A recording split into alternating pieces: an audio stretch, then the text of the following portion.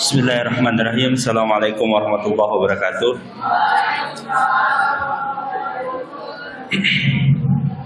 Alhamdulillahirabbil alamin. Allahumma shalli ala Muhammadin wa ala alihi washabihi ajmain. Amma ba'd.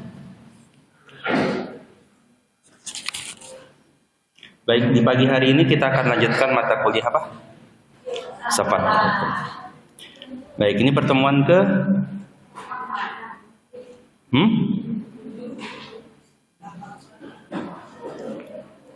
cara paling gampang saya lihatnya di video. Ini video terakhir pertemuan ke-6. Berarti hari ini pertemuan ke-7. Berarti kapan UTS-nya? Apa? UTS-nya kapan? Minggu depan. Ya. Lumayan kan, udah dekat lebaran. Udah turun THR-nya. Ya. Dapat THR nggak kalian?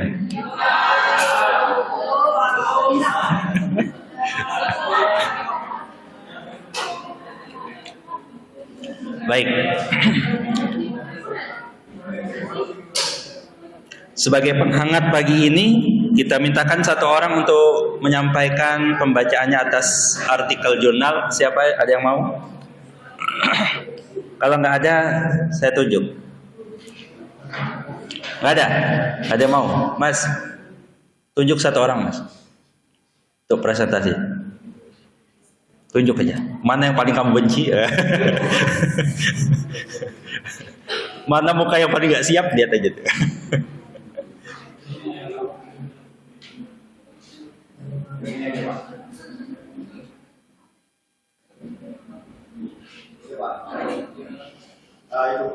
Nah, silakan maju. Nah, terima kasih.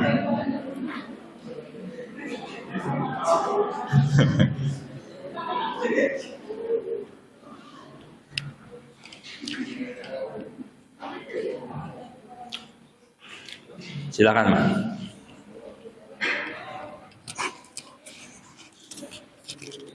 Assalamualaikum warahmatullahi wabarakatuh.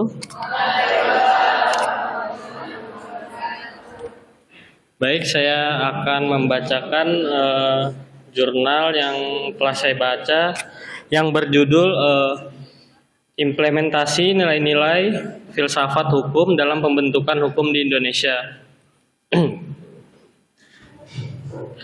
Filsafat hukum di Indonesia mempunyai peranan terbesar dalam pembentukan hukum di Indonesia. Pancasila sebagai sumber hukum mengandung arti keseluruhan dari peraturan maupun hukum.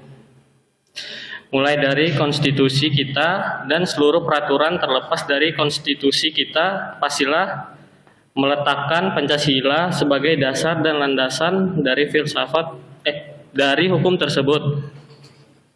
Pancasila adalah sistem hukum Indonesia. Oleh karena itu, Pancasila bukan hanya dikenal sebagai filosofi, tapi juga dikenal sebagai hukum tertulis di Indonesia yang mengandung hukum yang hidup. Permasalahannya adalah sebesar apa peranan filsafat hukum memberikan pengaruh untuk membangun pembentukan sistem hukum di Indonesia. Permasalahan ini pastilah sangat penting untuk dijawab.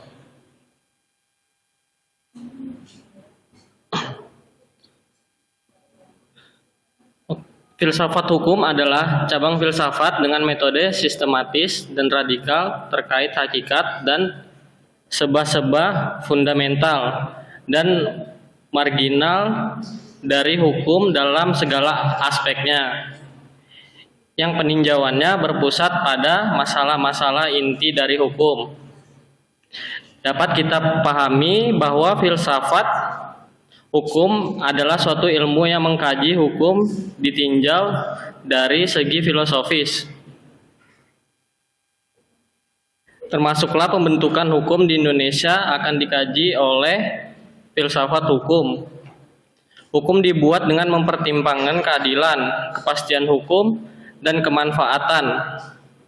Jika kita berbicara tentang keadilan, kemanfaatan, dan kepastian yang diberikan oleh hukum, maka tidak akan jauh dari namanya hak asasi manusia. Begitu penting untuk kiranya sebelum membentuk atau membangun suatu hukum yang akan bersifat adil untuk mengatur masyarakat, haruslah lebih didalami filsafat hukum itu untuk dapat terwujud keadilan yang real bagi setiap golongan yang ada di Indonesia. Sekian dari saya, terima kasih. Assalamualaikum warahmatullahi wabarakatuh.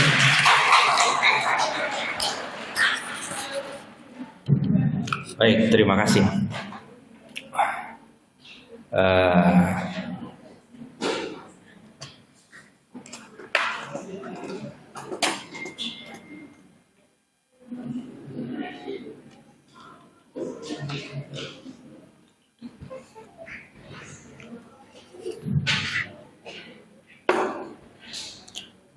Baik, di pekan ini kita sebelum masuk nanti ke ranah filsafat hukum, saya ingin mengajak kita ke ranah filsafat yang lebih besar dulu, namanya filsafat ilmu. Filsafat ilmu ini sebagai dasar saudara akan masuk ke filsafat hukumnya.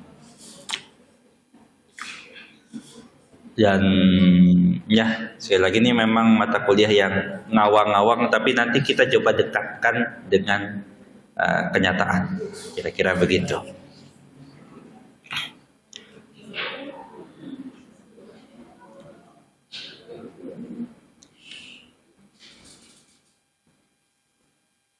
Oke.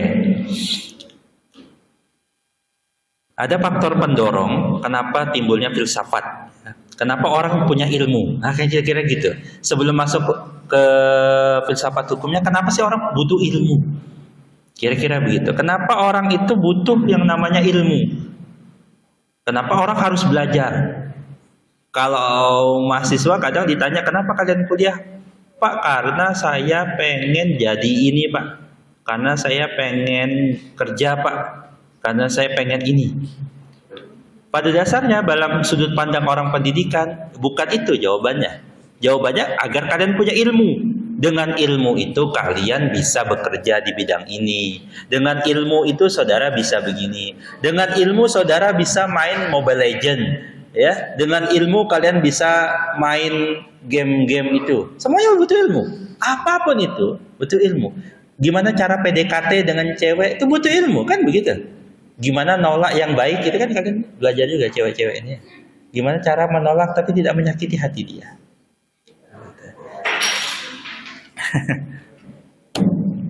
Gimana cara selingkuh yang baik, kalian cari juga ilmunya, begitu. Apapun itu, apapun tindakan kita di dunia ini butuh ilmunya. Bahkan bukan hanya untuk sesuatu yang baik. Kalian puasa nih ya, bagi yang berpuasa, itu kan butuh ilmu. Apakah puasa itu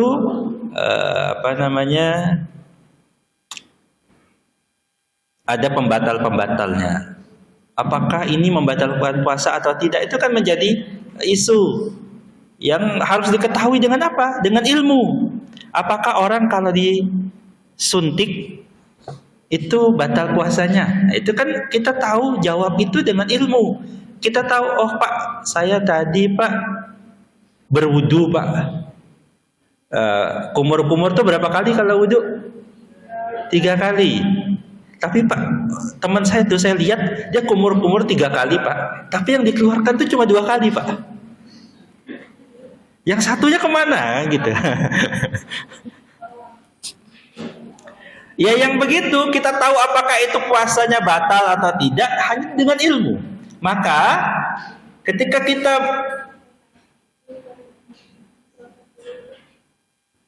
tahu bahwa semuanya itu didapat dengan ilmu, kita akan bertanya lebih lanjut lagi, terus ilmunya dapat dari mana? Belajar supaya dapat jadi ilmu itu bagaimana? Nah, kan itu pertanyaan berikutnya. Oh, nanti kita temukan kemarin. Oh, ternyata ilmu itu ada yang diketahui dari wahyu, ya, dari diberitahu oleh Tuhan melalui pesan-pesan utusannya. Oh, ada sesuatu ilmu itu yang kita ketahui dengan pengalaman kita, pengalaman itu baik yang fisik maupun mental. Oh, dimarahi itu ternyata gak enak. Oh, ternyata begini rasanya. Itu didapat dengan hal-hal yang sifatnya pengalaman. Kenapa saudara tidak mau begitu? Ya, sudah pernah tuh Pak. Tidak enak Pak. Kenapa kamu tidak mau begitu lagi? Tidak enak Pak.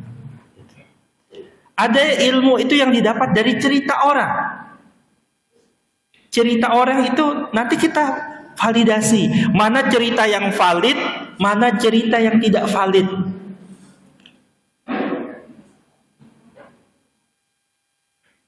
Orang yang pernah ke bulan itu, ya, ke bulan, dia akan cerita bulan tuh begini, ya. Kita tahu tentang isi bulannya seperti apa, gimana kondisi bulannya, kita tahunya dari cerita dia. Ada orang yang masuk ke dalam lautan yang dalam, dia meneliti, entah dia langsung atau pakai robotnya, pakai alat tertentu. Kita tahu ceritanya itu dari cerita orang itu. Begini. Dari para peneliti yang menceritakan begini. Jadi ada yang berbasis cerita. Lalu pertanyaannya, apakah semua cerita, para dosen di depan ini ngoceh aja itu, apakah valid? Nah, filsafat itu ya melahirkan bahwa sesuatu itu ilmu atau bukan. Nah gitu kira-kira. Apakah yang kita pahami, ya kan kita kadang melihat sesuatu kita menurut pendapat saya kayak gini nih. Menurut pendapat saya kayak gini. Menurut pendapat saya tuh kayak gini. Apakah yang kita pikirkan itu adalah suatu kebenaran atau tidak? Nah itulah mulanya muncul manusia berilmu. Ilmunya didapat dari mana? Didapat dari filsafat.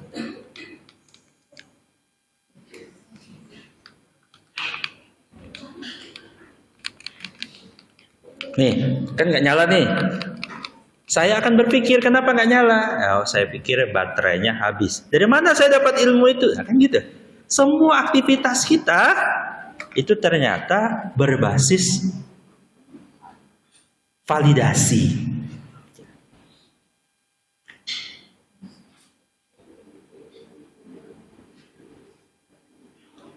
Di sini disebutkan bahwa sesuatu itu lahir karena sesuatu yang sebelumnya. Filsafat lahir karena ada pikiran, ada tauma, ada aforia. Apa ini bertiga? Nah, saya akan coba jelaskan.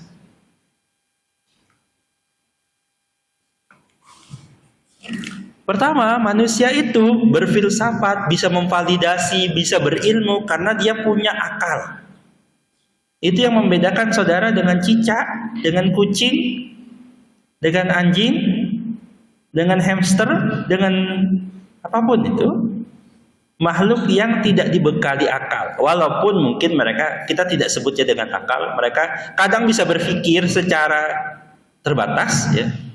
Sapi itu akan memilih mana rumput, mana daging. Dia akan memilih itu. Tapi cara berpikirnya binatang kita tidak sebut dengan akal budi, akal pikiran, bukan. Tapi kita sebutnya dengan nama insting. Manusia punya hal yang berbeda. Kenapa? Karena dia bisa berpikir secara kompleks. Walaupun terkadang pikiran itu tidak bisa memahami semuanya. Ya. Apalagi memahami wanita. Wanita itu menurut para orang tidak pandai bisa dipahami dengan akal pikiran.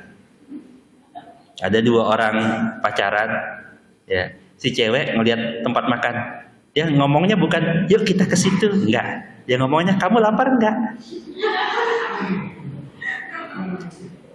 Lalu si cowok bilang enggak, terus aja. Ketemu lagi kayaknya enak tuh, dia bilang kamu lapar enggak? Ya cowoknya dengan santai, dengan pikiran enggak, dia menjawab dia sedang lapar apa enggak. Sampai tempat itu, sampai selesai jalan-jalan tuh, yang cewek mukanya lemes gitu, kecut gitu. Si cowok nanya kamu kenapa? Masih nanya lagi.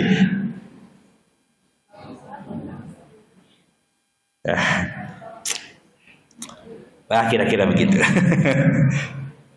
Itu akal pikiran. Lalu yang kedua, manusia itu uniknya dia merasa kagum dengan alam semesta. Alam semesta itu jangan hanya terbayangkan terbayangkan itu yang besar-besar. Ya, kita kagum lah melihat matahari, melihat bintang. Saya di beberapa minggu yang lalu itu nemenin anak saya ke Planetarium Tenggarong. Di Planetarium Tenggarong itu diputarkan video tentang alam. Anak saya terkagum-kagum dan senang sekali melihatnya. Mayoritas kita itu akan terkagum-kagum dengan alam semesta. Dan semua kita pada dasar terkagum dengan apapun yang ada di dunia ini. Kenapa saudara naksir cewek yang itu karena saudara kagum. Saya tidak melihat fisiknya, Pak, tapi saya melihat keindahan hatinya. Pret.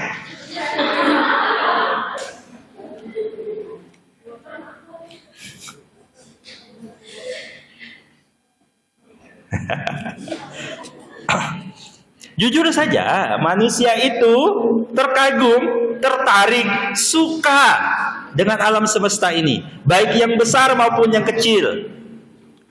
Ya. Bahkan seorang itu akan bisa jadi terobsesi, tertarik dengan dirinya sendiri. Maksudnya gimana? Itu kan kalian kalau selfie itu kan, ya pakai filter-filter yang membuat kalian lebih cantik kayak gitu ya. Padahal kan itu bukan kalian. Saya juga bingung ya sama orang yang terlalu terobsesi dengan filter gitu. Lihat, cantiknya aku gitu. Bukan. Kan manusia begitu, dia tertarik dengan sesuatu yang cantik, yang indah, yang bagus. Saya jarang menemukan orang yang terobsesi dengan bau busuk, bau kentut, bau kotoran, bau gunung sampah. Itu saya nggak tahu ya. Kalau siapa tahu ada di sini yang terobsesi dengan itu. Nah, kenapa manusia punya ilmu pengetahuan? Salah satunya karena dia punya obsesi. Gimana ya cara saya dekatin dia? Gimana sih supaya saya bisa jadi pacar dia? Gimana sih cara saya mendapatkan dia? Gimana sih saya bisa jadi itu? Saya tuh kayaknya pengen banget jadi polisi. Maka terobsesi untuk bagaimana caranya supaya bisa jadi polisi. Saya terobsesi dengan artis yang cantik itu. Gimana saya bisa dandan seglowing dia? Kira-kira begitu. Terobsesi. Nah, itu yang membuat manusia berpikir. Maka saya mendorong saudara untuk teruslah berobsesi. Tapi terobsesi, saran saya ya, berobsesilah pada hal-hal yang penting. Pak, saya pengen jadi itu. Kenapa saya obsesi, Pak, pengen itu? Ya nggak apa-apa. Tapi sesuatu itu yang baik, yang penting, yang menyelamatkan saudara. Yang ketiga, ya, obsesi, rasa kagum itu namanya tauma. Yang ketiga, manusia itu ya, kenapa dia menciptakan ilmu? Kenapa dia butuh ilmu? Kenapa dia belajar ilmu? Sekali lagi, filsafat ini juga berguna agar kalian itu punya semangat untuk belajar. Kenapa sih saya belajar itu, Pak? Kenapa saya harus dapat nilai A, Pak? Kenapa saya harus begini dan begitu? Dicari lagi, kenapa sih sebenarnya saya kuliah di Fakultas Hukum ini, Pak, sudah 6 semester, Pak, tapi kayaknya saya salah jurusan, saya kok nggak semangat, Pak, gitu. Ya nggak apa-apa lah, minimal carilah hafal. Obsesi kalian. Yang ketiga, manusia itu belajar filsafat dan ilmu pengetahuan. Dengan filsafat itu dia melahirkan ilmu pengetahuan karena manusia itu punya aporia. Manusia itu punya masalah. Bahkan orang yang sehari-hari rebahan aja di kamar itu tetap punya masalah. Saya ketemu Reels itu, ada dia mengatakan dia kan anak kos, ya, berhari-hari dia di kosan doang. Baru dia menyadari ternyata sudah 3 hari dia nggak ngomong apa-apa. Kalian pernah ngerasain gitu ya kalau ada sendirian? Ngobrol sama teman, chat. ya, nonton video, ngerjain tugas, tapi nggak ngomong-ngomong. Jadi baru sadar, saya sudah 3 hari nggak ngomong apa-apa gitu. Nggak ngapa-ngapain pun merasa bermasalah kayak gitu. Jadi apapun kita itu pada dasarnya kita menghadapi masalah. Lalu ilmu pengetahuan itu tugasnya, fungsinya, tujuannya adalah agar kita bisa solve, problem solving, menyelesaikan masalah. Ilmunya gitu. Saya juga sering menyampaikan begini. Jujur saja, masing-masing mahasiswa itu punya gaya belajar masing-masing. Ya, belum tentu yang memperhatikan dan mendengarkan tuh ngerti, belum tentu. Belum tentu yang tidur-tiduran, nggak ngapa-ngapain di belakang tuh nggak ngerti. Kenapa? Karena saya menyadari diri saya. Saya dulu biasanya kalau kuliah tuh duduk belakang-belakang gitu. Tapi biasanya nggak paling belakang.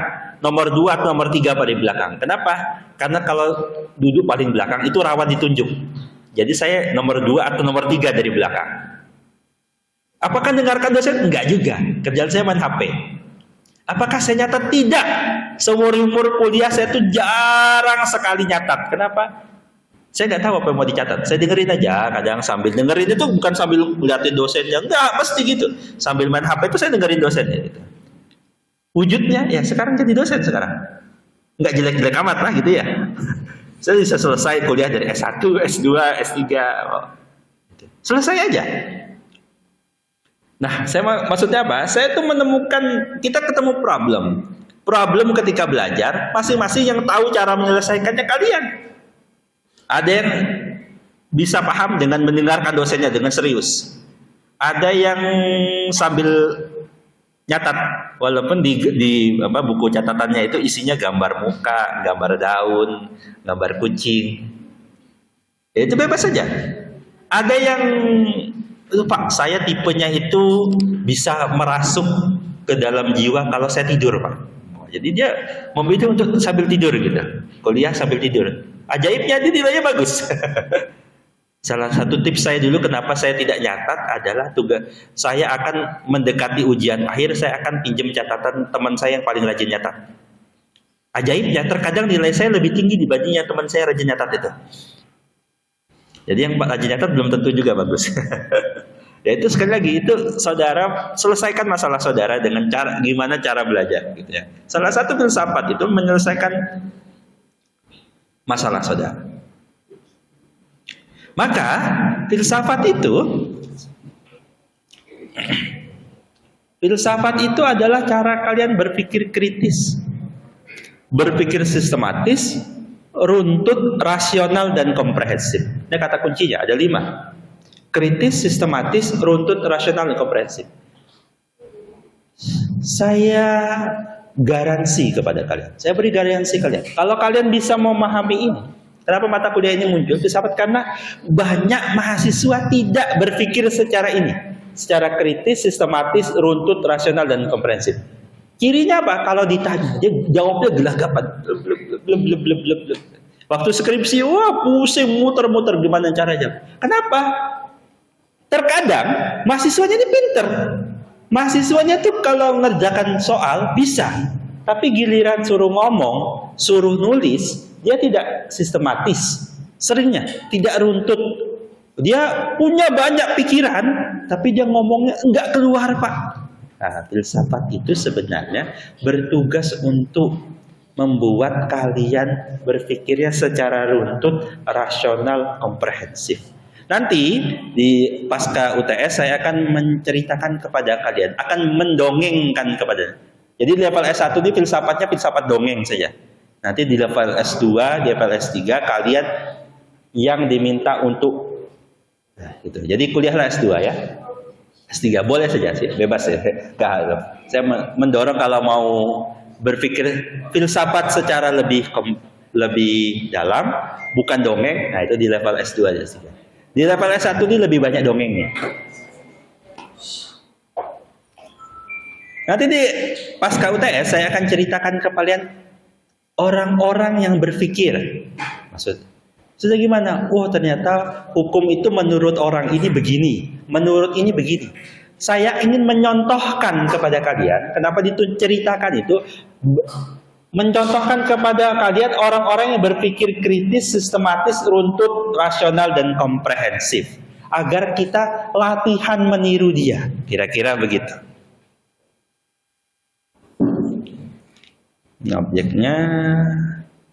Nanti filsafat itu punya aliran-aliran. Secara umum alirannya filsafat ilmu, alirannya ini. Nanti kita di bidang hukum punya aliran-aliran tertentu. Maksudnya gimana, Pak? Saudara nanti akan menemukan para ahli hukum itu berbeda pendapat yang sangat ekstrim. Kenapa? Kalau kita belajar filsafat, kita tahu, oh ternyata mereka itu berpikirnya secara ekstrim karena punya landasan filsafat yang berbeda. Kalian akan ketemu ada tokoh yang sangat membela hukuman mati. Hukuman mati itu wajib ada. Nanti saudara akan temukan juga ahli hukum yang mengatakan, oh hukuman mati itu melanggar hak asasi manusia sehingga harus dibumi hanguskan dari dunia ini. Ada nanti kalian ketemu pakar hukum, bahkan negara yang menganut konsep itu bahwa seluruh warga negara itu harus diatur secara detail. Contoh negaranya ada negara-negara yang sifatnya sosialis, komunis. Harus diatur. Kenapa? Masyarakat itu kacau kalau tidak diatur.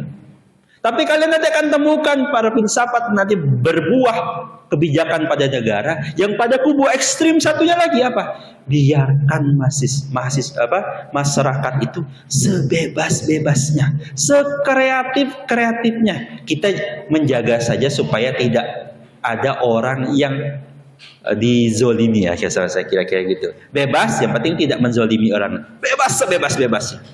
Ada negara yang mengatur bahkan ada negara atau kota yang mengatur cat rumah. Kalian tahu? Ada ternyata negara yang mengatur cat rumah. Kalau kalian ke Mesir, ada yang pernah ke Mesir sini? Mimpi pernah ke Mesir? Enggak. Di Mesir, itu kalau kita jalan ke situ, ke kota-kotanya, nanti kita temukan kota-kotanya itu tidak menarik dalam artian warna.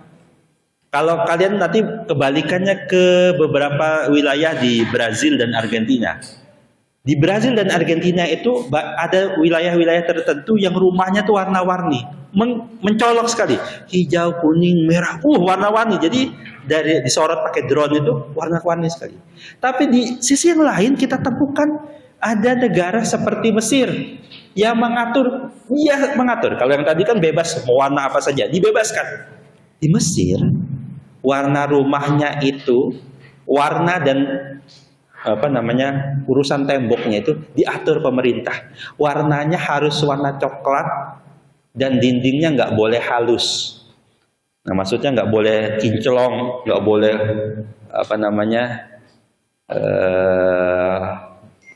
mengkilap begitu, nggak. Harus kusam, yang coklat kusam. Kenapa? Karena ternyata menurut pemerintahnya, kalau ini warnanya warna-warni, misalnya warna putih dikasih warna coklat, itu kota-kota di Mesir itu kota-kota yang berdebu. Kalau dipakai warna yang lain, dia akan kelihatan kotanya kusam karena berdebu. Sehingga pakailah warna yang sama dengan warna debu. Apa warna debunya? Warna coklat. Agar kotanya itu tidak kelihatan. Bayangkan, sampai ada negara yang mengatur warna rumah. Pak, ini kita ngomonginnya filsafat apa? Nah, kenapa sampai ada negara yang mengatur warna rumah? Itu ternyata bisa ditelusuri. Oh, dia punya aliran-aliran filsafatnya. Oh, ini tuh begitu, Pak. Oh, begini. Kira-kira ya orang filsafat itu nanti akan begitu. Maka saya ingin memperkenalkan saudara dengan 3 istilah. Ini materinya sudah ada di Open Learning ya. Di waktu terbatas. Saya sampai jam berapa? 9.20. Yes, bentar lagi ya.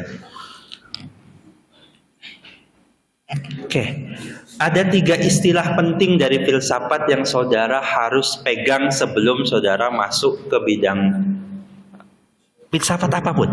Nanti saudara di Fakultas Hukum akan ketemu filsafat hukum. Di FKIF saudara akan ketemu filsafat pendidikan. Saudara di Fakultas Kesehatan nanti bicara tentang filsafat etika dalam kesehatan dan sebagainya. Saudara akan ketemu dengan 3 kata kunci ini dimanapun itu. Kata kunci itu namanya 1 ontologi, ya, ontologi, jangan ditambah-tambah.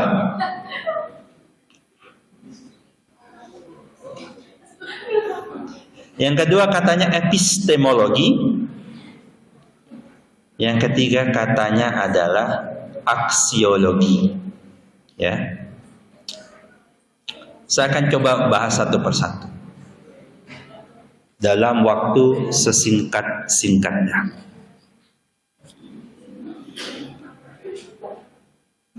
Ontologi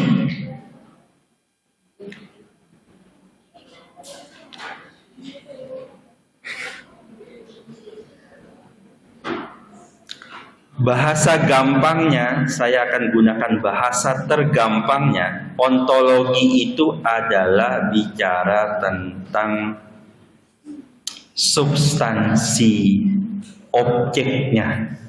Ini ada penjelasan lebih lanjutnya, nanti silahkan dilihat di materi. Bahasa gampangnya, ontologi itu bicara tentang objek ilmunya. Ya. Objek ilmunya. Ontologi bicara tentang objeknya. Jadi kalau kalian ingin membahas sesuatu, yang wajib kalian clearkan, klarifikasikan, yang kalian omongin itu apa. Ini masalah di banyak skripsi saya temukan adalah ketika mahasiswa itu tidak jelas dia objeknya itu sedang ngomongin apa. Ya, jangan sampai saudara dalam kasus apapun, dalam membahas apapun, ternyata tidak selesai dalam menjelaskan maksudnya itu kita ngomongin apa. Ya. Oh Pak, kita sedang ngomongin benda panjang kotak, kan gitu, misalnya itu. Oh, orang satu berpikir, oh itu remote Pak. Oh enggak Pak, panjang kotak itu HP Pak. Oh panjang kotak itu apa namanya, balok Pak, balok kayu Pak. Karena apa masalah ini muncul? Karena orang tidak menjelaskan yang dimaksud panjang dan kotak itu apa, gitu ya. Ontologi itu meminta kalian untuk ketika bicara tentang sesuatu harus clear bicara tentang apa. Oke. Lalu yang kedua, epistemologi. Bahasa gampangnya, nih bahasa di S1 ini saya membahasakan semudah-mudahnya. Epistemologi itu, ya, kalau tadi ontologi itu bicara tentang objeknya, di bidang hukum, Pak, itu yang kemarin saya tanyakan, hukum itu apa sih? Kan gitu. Hukum itu apa?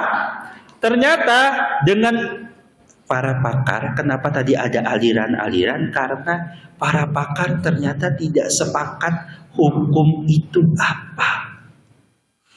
Kenapa tadi ada kubu ekstrim yang mengatur begini, ada kubu ekstrim yang mengatur begitu? Kenapa ada yang memperbolehkan hukuman mati, bahkan mewajibkan ada hukuman mati, bahkan sampai ada di kubu satunya dia sama sekali mengatakan hukuman mati harus dihapuskan? Ternyata masalah ontologinya, masalah objek yang dia bahas itu ternyata punya pemahaman yang berbeda. Nanti kita akan lihat setelah UTS objeknya bedanya apa Pak? Kenapa dia mengatakan boleh dan mengapakah dia mengatakan tidak boleh? Yang kedua, ada yang namanya epistemologi. Epistemologi ini kalau bahasa gampangnya adalah metode, cara untuk sampai ke objek tadi. Kalau ontologi bicara tentang substansinya seperti apa, epistemologi bicara tentang bagaimana mendapatkan substansi itu.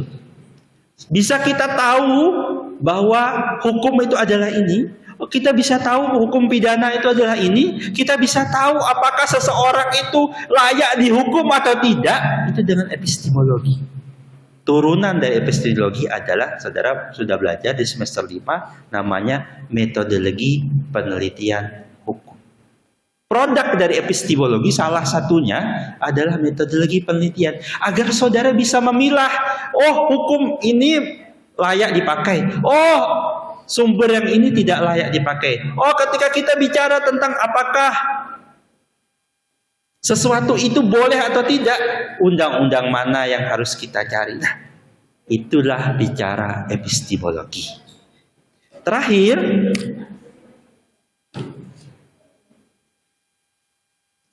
Terakhir namanya adalah aksiologi.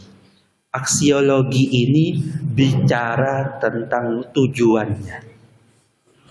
Oh, kalau hukum itu dianggap A, dia punya tujuan ini. Makanya ada orang yang memperbolehkan hukuman mati. Tujuannya apa orang yang memperbolehkan hukuman mati? Agar perbuatan pidana itu ditakuti. Pidana dianggap sebagai sarana untuk menakut-nakuti orang sehingga orang tercegah dari melakukan tindak pidana.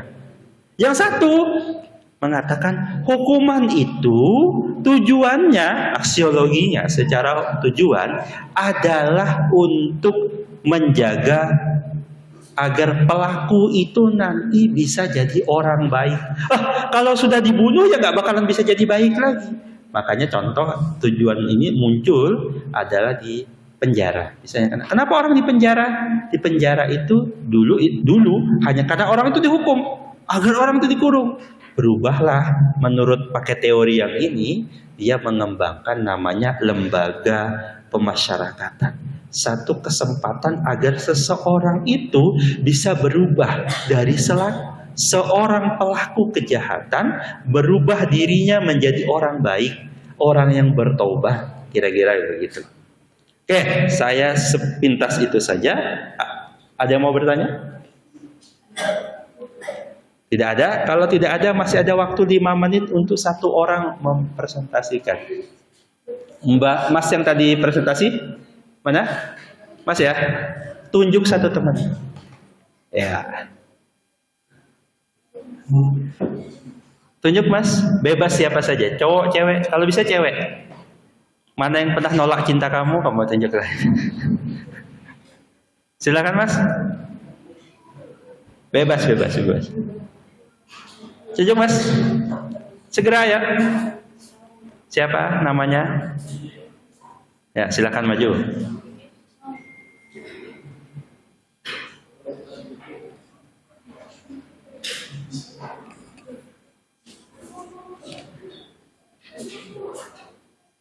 Silakan Mbak.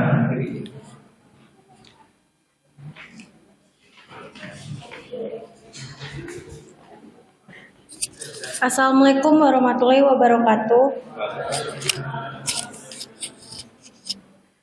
Di sini saya akan membacakan judul jurnal Kebenaran Hukum Perspektif Filsafat Hukum.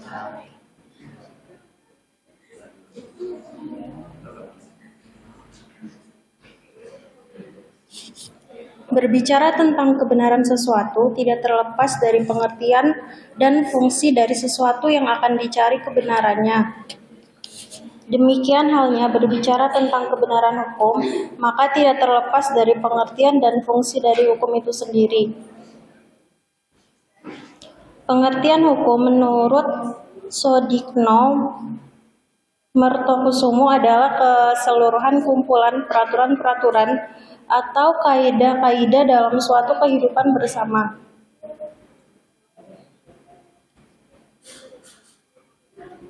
Hukum secara umum juga dapat diartikan sebagai keseluruhan peraturan tentang tingkah laku yang berlaku dalam suatu kehidupan bersama yang dapat dipaksakan pelaksanaannya dengan adanya sanksi.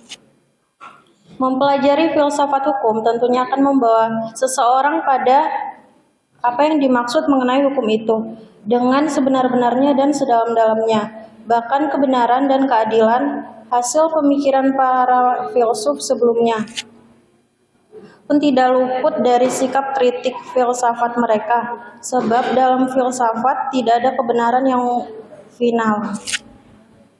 Demikian halnya dengan filsafat hukum. Filsafat hukum harus berupaya mencari dan menemukan hakikat hukum secara radikal atau sampai ke akar-akarnya. Secara sistematis, rasional, dan metodis, filsafat hukum berupaya untuk menemukan jawaban terdalam dari sebuah objek formalnya, yaitu hukum. Sekian dari saya. Assalamualaikum warahmatullahi wabarakatuh.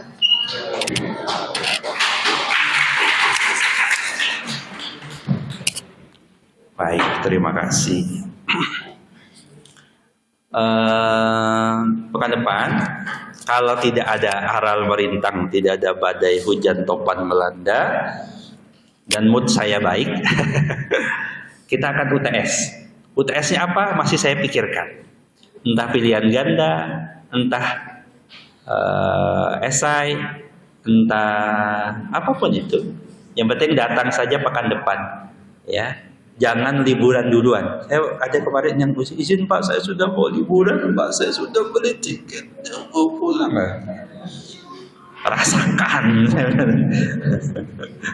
Ya, tunda dulu pulangnya, tunda dulu liburannya.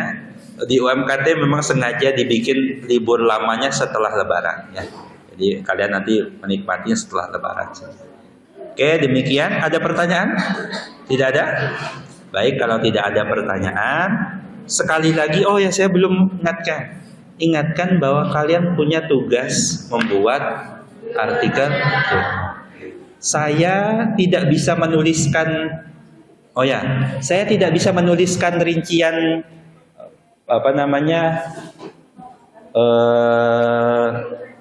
formatnya gimana dan sebagainya di Open Learning, karena Open Learning kita dipakai bersama di kelas ini dan kelas lain. Kalau saya tulis gitu nanti di kelas lain bingung. Saya hanya memberikan wadah untuk menguploadnya. Nanti saya akan berikan ke PJ kelas, ya. Nanti ingatkan PJ kelasnya ke saya. Formatnya apa, syaratnya apa, minimal similarity to unity-nya berapa, minimal halamannya berapa, dan sebagainya, gitu ya. Nanti tolong tagih saya dalam beberapa hari ini, saya siapkan dulu. Demikian kita hari kelasnya. Wassalamualaikum warahmatullahi wabarakatuh.